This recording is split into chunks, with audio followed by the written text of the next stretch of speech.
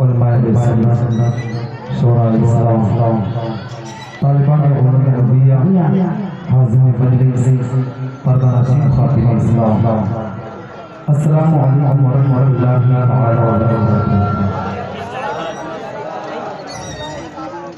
نحمده ونصلي ونسلم على رسوله الكريم، اما بعد فاعوذ بالله من الشیطان الرجیم، بسم اللہ الرحمن الرحیم۔ یا ایھا الذین آمنوا اتقوا اللہ وکونوا مع الصادقین، صدق اللہ مولانا العظیم وصدق رسولہ النبی الامین المتین الکریم الرؤوف الرحیم، ونحن علی ذلک لمن الشاہدین والشاکرین، والحمد للہ رب العالمین، آمین یا رب العالمین۔ محمد کی محبت دین حق کی شرط اول ہے، اسی میں ہو اگر خامی تو سب کچھ نامکمل ہے، اور محمد کی غلامی ہے سند آزاد ہونے کی، خدا کے دامن توحید میں آباد ہونے کی، اور کی محمد سے وفا تو نے تو ہم تیرے ہیں، یہ جہاں چیز کیا لوح و قلم تیرے ہیں۔ حضرات محترم، آج مراد اس جشن غوث الورا و عرس مقدس کی بابرکت محفل میں شرکت کی سعادت حاصل کر رہے ہیں۔ دعا کرتے ہیں کہ رب کائنات ہم تمامی مسلمانوں کی اس حاضری کو اپنی بارگاہ میں قبول و مقبول فرمائے، ہم تمامی مسلمانوں کو حق بولنے، حق سننے اور حق پر عمل کرنے کی توفیق رفیق عطا فرمائے، ہم تمامی مسلمانوں کو آپس میں ایک بنائے، نیک بنائے، اہدنا الصراط المستقیم پر چلنے کی توفیق رفیق عطا فرمائے۔ آپ دیکھ کر ممبر نور پر علماء سنت والجماعت کا قافلہ موجود ہے۔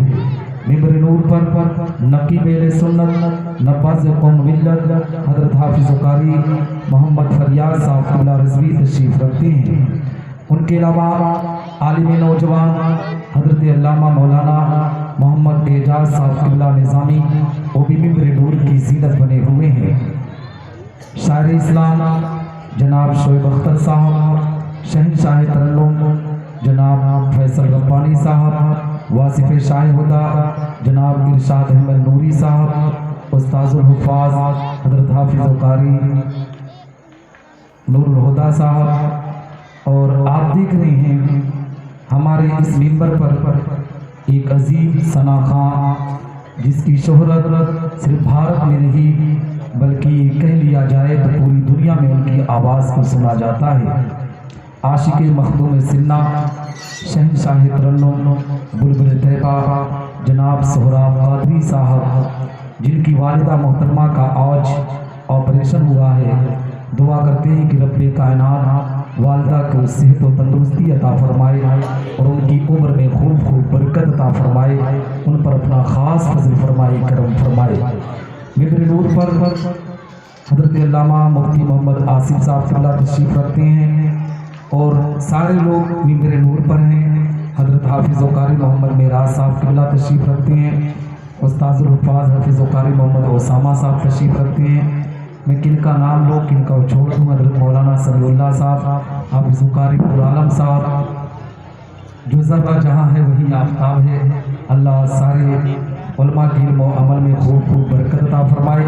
آپ دیکھ رہے ہیں ممبر نور پر اولاد رسول، اولاد مخدوم سنہ، اولاد غوث اعظم حضور سید محمد مسعود صاحب قبلہ الشفیع دامت برکات القدسیہ، وہ بھی ممبر نور کی زینت بنے ہوئے ہیں۔ ان کے نورانی چہرے کی زیارت کریں اور کچھ فقیر کی تھوڑی دیر گفتگو سماعت کرنے، تھوڑی دیر سنیں گے نا؟ سنیں گے؟ ہاں، کیونکہ شہنشاہ ترنم بلبل طیبہ جناب سہراب قادری ہوں تو لوگوں کا مزاج صرف انہی کو سننے کا رہتا ہے، ایسا ہوتا ہے۔ ہاں، تو آپ حضرات تو آپ حضرات اطمینان سے بیٹھیں کیونکہ پتہ چلا کہ مادھوپور باہر پار اور رہی میں بہت دنوں کے بعد جلسے کا پروگرام رکھا گیا ہے۔ یہاں کے نوجوان علماء کی کاوشیں ہیں جی 25 سال کے بعد حضرت بتا رہے ہیں، اللہ حضرت کی عمر میں برکت عطا فرمائے۔ 25 سال کے بعد جس گاؤں میں جلسہ ہو اس گاؤں کے لوگ تو فجر تک سننا چاہیے، ہے نا؟ ہاں، اللہ سب کو سلامت رکھے، اس علاقے پر رحمت نور کی بارش عطا فرمائے۔ تھوڑی دیر سنیں گے نا بھائی، 15-20 منٹ سن سکتے ہیں؟ ہاں سنیں گے؟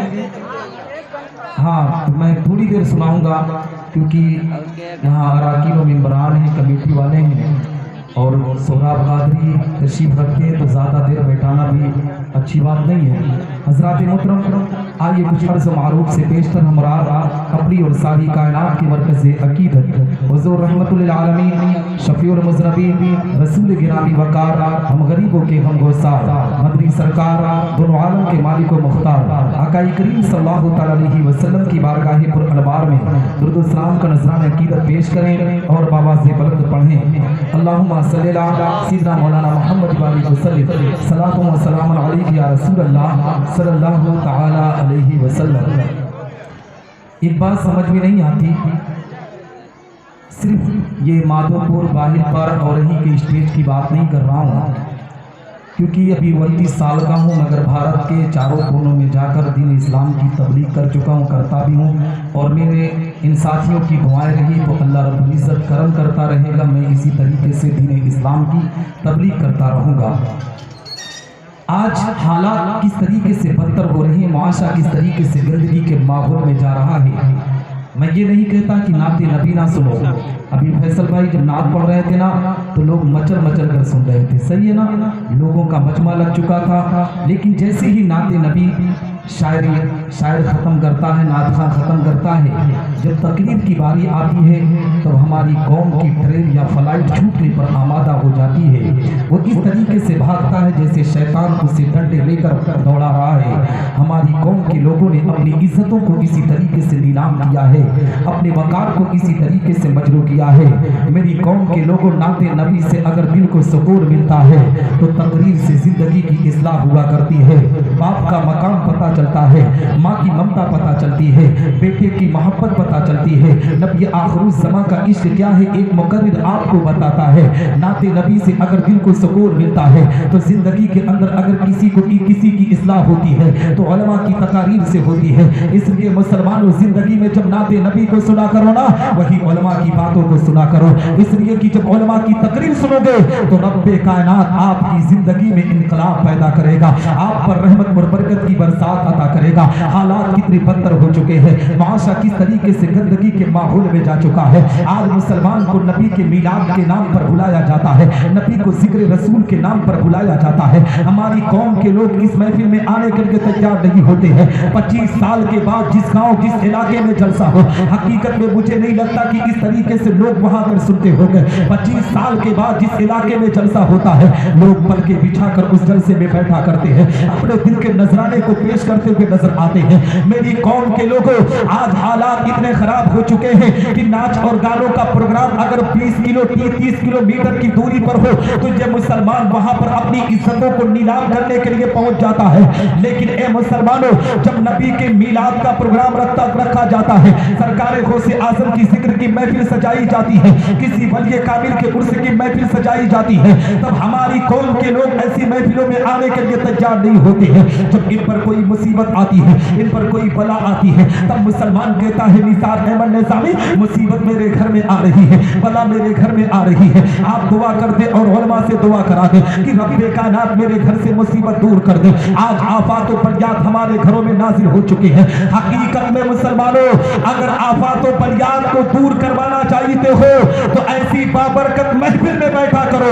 ایسی محفل میں جب بیٹھو گے نا تو اللہ آپ پر رحمت کی برسات عطا کرے گا، آپ پر برکت کی برسات عطا کرے گا، آپ کی دنیا بھی سنورے گی، آپ کی آخرت بھی سنورتی ہوئی۔ واہ بھائی، سبحان اللہ، سبحان اللہ، حق ہے، ماشاءاللہ ماشاءاللہ، زندہ باد زندہ باد۔ ہے نا، حالات کتنے بدتر ہو چکے ہیں، معاشرہ کس طریقے سے گندگی کے ماحول میں جا چکا ہے۔ حقیقت میں مسلمانوں آج اگر نبی کے میلاد کا نام لے لیا جائے تب ہماری قوم کے لوگ بیٹھنے کے لیے تیار نہیں ہیں، مگر کسی مادو پر باہر پر اور ہی کی زمین پر کسی نیتا کی جب محفل سج جاتی ہے نا تب ہماری قوم کے لوگ تالیاں بجانے کے لیے سب سے آگے سب میں کھڑے ہوتے ہوئے نظر آتے ہیں۔ میری قوم کے لوگوں، یہ جو نیتاؤں کی چمچا گیری میں تم اپنی عزتوں کو نیلام کرتے ہو نا، یہ نیتا کی چمچا گیری ایک دن مصیبت میں ڈال دیتی ہے، لیکن پیغمبر کی غلامی جو مسلمان اختیار کرتا ہے، علماء کے دامن سے جو وابستہ ہوتا ہے، اللہ اس پر کرم کی بارش عطا کرتا ہے، اس پر رحمت کی بارش عطا کرتا ہے۔